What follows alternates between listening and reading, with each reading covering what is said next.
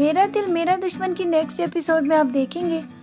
مائرہ بیچاری تو شامیر کے آگے ہاتھ جوڑ کر یہ ریکویسٹ کر رہی تھی کہ کسی طرح وہ عائشہ کو منا لے، کیونکہ وہ جانتی تھی کہ اگر یہ ساری باتیں ظفر صاحب کو پتہ چل گئی تو اس کے بعد عائشہ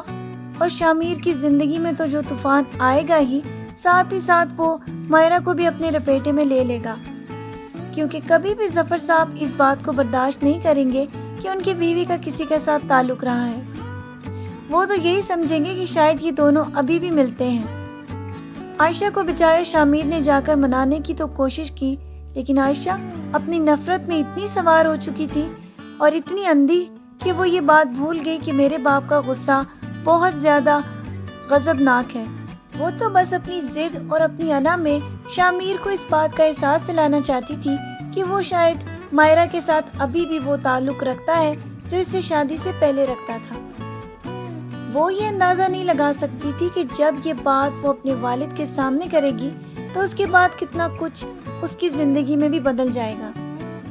شامیر تو اس کے ساتھ بہت زیادہ محبت کرتا تھا اور وہ مائرہ کے ساتھ اپنی ساری محبت اس کی شادی کے بعد ایک طریقے سے بھول ہی چکا تھا، اور عنقریب وہ وقت آنے ہی والا تھا کہ جب شامیر عائشہ کو اپنی بیوی کے طور پر بھی تسلیم کرنے والا تھا،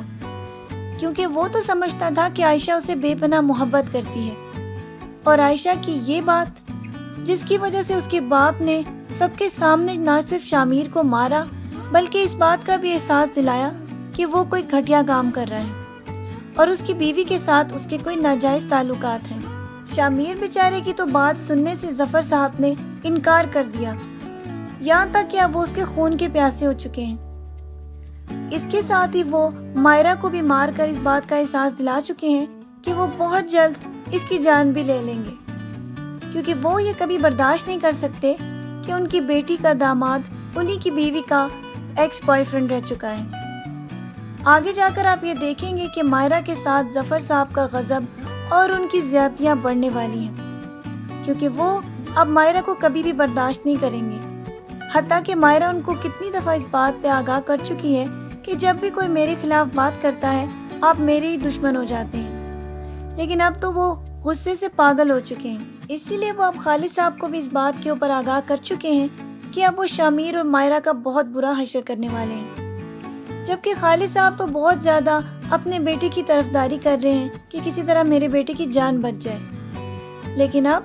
ظفر صاحب کوئی بھی کسی بھی حد تک جانا چاہیں وہ جائیں گے، کیونکہ ان کو اب مائرہ اور شامیر کے اوپر ذرا بھی اعتبار نہیں رہا۔ جو آگ پروین بیگم نے ان سب کی زندگی میں لگائی ہے اور خالد صاحب جس بات سے ڈر رہے تھے، اب وہ سب کچھ ہونے والا ہے۔ عائشہ کو جب اپنی غلطی کا احساس ہوگا تو وہ شامیر کے پاس جا کر اس کو سمجھانے کی کوشش کرے گی، لیکن شامیر کی نظروں میں تو اب عائشہ گر چکی ہے، وہ کبھی بھی اس کو وہ مقام نہیں دے گا جو کہ وہ اس کو پہلے دیتا آیا ہے۔ مائرہ کی زندگی کے دکھوں میں تو روز بروز اضافہ ہی ہوتا چلا جا رہا ہے، لیکن وہ تلوار جو اس کے سر پر روزانہ لٹک رہی تھی آج وہ اس کے اوپر ہی گر گئی۔ امید کی جا سکتی ہے کہ شاید شاہینہ کو رحم آ جائے اور وہ مائرہ کی زندگی کو بچا لے۔ آپ کا اس بارے میں کیا خیال ہے؟ اپنی رائے سے ہمیں ضرور آگاہ کیجیے گا، اور مزید ڈرامہ پروموز کے لیے ہمارا چینل دیکھتے رہیں۔